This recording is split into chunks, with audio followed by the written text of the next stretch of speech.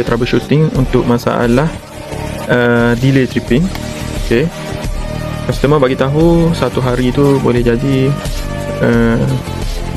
5 ataupun 6 kali trip.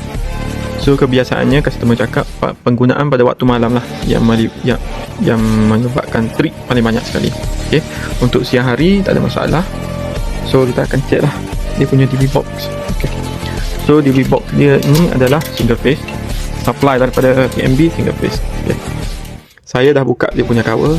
Okay, kita tengok dekat sini penggunaannya adalah 0.1. So kita akan check lah apa masalah bila delay tripping saya akan pakai mega test lah, isolation tester sana tu. So bila saya pakai mega test, kita dah jumpa masalah dia adalah 1, 2. Okay, 1, 2 kabel neutral, yang ni pun kabel neutral. 3, yang ada masalah bacaan bawah 1 mega ohm adalah 3 kabel ni. Okay, neutral 1, 2, 3. Untuk kabel live 1, 2, 3, 4, 5, 6, 7. So ada 7 masalah. So bila kita check, yang pertama adalah circuit untuk bahagian lampu ni. Lampu ni tak ada. Okay, circuit dia. Yang kedua adalah bahagian lampu sini. Okay, untuk kipas ni, lampu ni. Okay, yang ketiga adalah untuk circuit sini, plug. Ada 2 plug dekat sini. Okay, so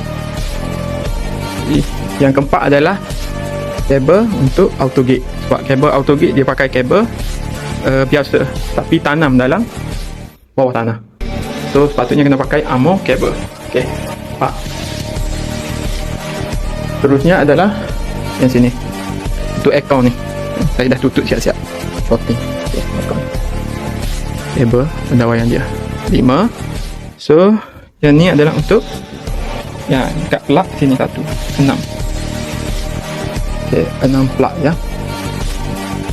Semua sekali adalah 6. Lampu neutral 3, 9. So satu kabel lagi kita tak jumpa yang mana satu dia control. Okay, so kita akan tunggulah. So kita minta customer monitor dulu trip ke tak trip. So dalam 2-3 hari kalau tak trip, so betul lah yang tu bermasalah. So kena buat pendawaian baru lah. Okay,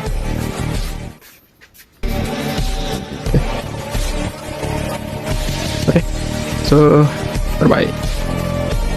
Okay, alhamdulillah. Satu lagi dia punya circuit dekat sini, plug. 7.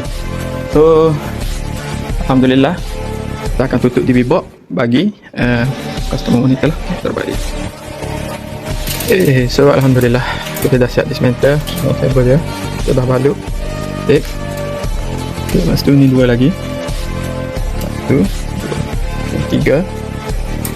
Yang ni 1, 2, 3, 4, 5, 6, 7.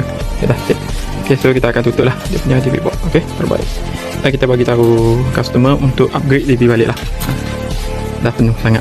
Okay, so customer kena monitor dulu 2 ke 3 hari. Kalau tak trip, betul lah ini masalah dia.